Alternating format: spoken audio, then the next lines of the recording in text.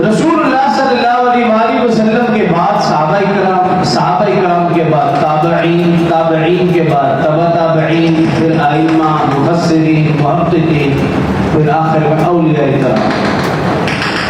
اب اولیاء کرام کا سلسلہ جاری ہے اور قیامت تک جاری رہے گا۔ اور یاد رکھیے کہ کوئی بھی شخص اپنی محنت سے ولی بن سکتا ہے۔ محنت کرے، عبادت و ریاضت کرے، اللہ کو خوش کرے، شریعت کے مطابق زندگی گزارے، حقوق اللہ، حقوق العباد کا خیال کرے تو وہ اللہ کا ولی بن جائے گا۔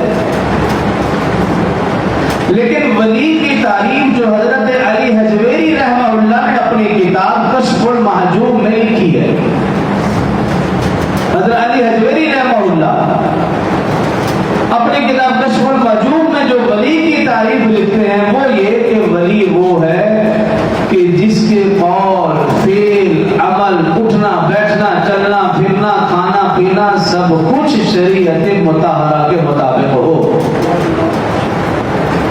اس کا کوئی ایک عمل بھی شریعت کے خلاف نہ ہو۔ لکھتے ہیں کہ اگر کسی کا ایک عمل بھی سنت کے خلاف ہوا، شریعت کے خلاف ہوا، رسول اللہ صلی اللہ علیہ وسلم کے طریقے سے ہٹ کر ہوا تو ولایت ابھی کمی ہے، ابھی اس کو مزید محنت کرنی ہے۔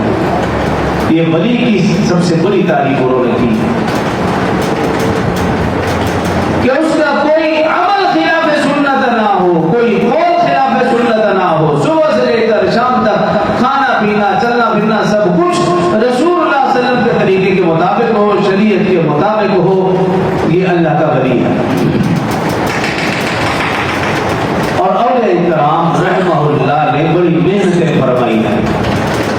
حضرت علی حجویری رحمہ اللہ کو دیکھ لیجئے، کہاں افغانستان کا شہر غزنی کا علاقہ اجمیر، وہاں سے چلے سینکڑوں میل کا سفر تقریباً 1.5 ماہ کے عرصے میں مکمل کیا اور لاہور پہنچے۔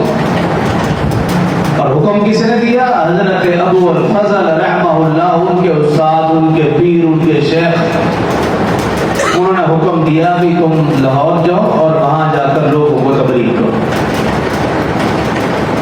حضرت ابو الفضل رحمہ اللہ جب ان کے استاد نے انہیں حکم دیا پھر اپنے استاد سے درخواست کرنے لگے کہ وہاں تو آپ کے ایک اور مرید میرے پیر بھائی حضرت شاہ حسین زنجانی رحمہ اللہ میانی شریف والے وہ موجود ہے، تو ان کے ہوتے ہوئے میری ضرورت نہیں، آپ کے استاد آپ کے پیر نے فرمایا بھی میرا حکم ہے تم جاؤ۔ حضرت علی حجویری رحمہ اللہ سینکڑوں میل سفر پیدل طے کر کے لاہور پہنچے۔ رات کا وقت تھا، جان پہچان نہ تھی، رات گزاری۔ صبح کے وقت جیسے ہوئی تو جب لاہور شہر کی طرف جانے لگے تو کسی کا جنازہ دیکھا۔ پوچھا کس کا جنازہ؟ کہا کہ حضرت شاہ حسین زنجانی رحمہ اللہ کا ہے۔ تو آپ اپنے استاد کی حکمت سمجھ گئے کہ استاد کی، میرے شیخ کی، میرے پیر کی نظر کتنی دور تک تھی، ان کے اللہ پاک نے ان تک یہ